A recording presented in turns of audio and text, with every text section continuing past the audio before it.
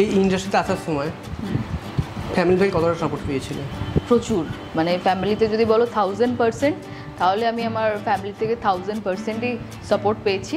আমার থেকে আমার বাড়ির লোকের বেশি উৎসাহ মানে কাজ করার জন্য।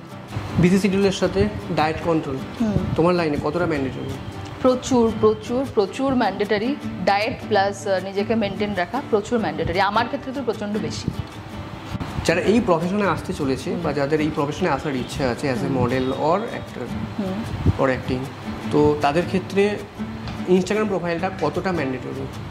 দেখো, আমি বলবো এখনকার দিনে দাঁড়িয়ে ইনস্টাগ্রাম প্রোফাইলটা ম্যান্ডেটারি, কারণ এখনকার কাস্টিং কিছু ক্ষেত্রে হয় যে তোমার কতটা ফলোয়ার্স আছে সেটার উপর ডিপেন্ড করে।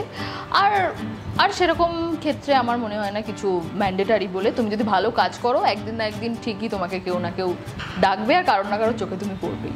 তোমার এই লং জার্নিতে কোনো ব্রেক পয়েন্ট বা যেটাতে তুমি স্যাড হয়ে গেছিলে, বা যে পয়েন্টটা থেকে তোমার মনে হয়েছিল যে কুইট করে যাই?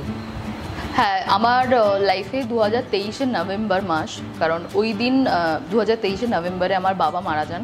তো সেই টাইমে মনে হয়েছিল যে আমার হয়তো এবার প্রফেশনটা চেঞ্জ করার দরকার, বা এই প্রফেশনে থাকলে হয়তো আমার ফ্যামিলিকে আমি ঠিকভাবে দেখতে পারবো না।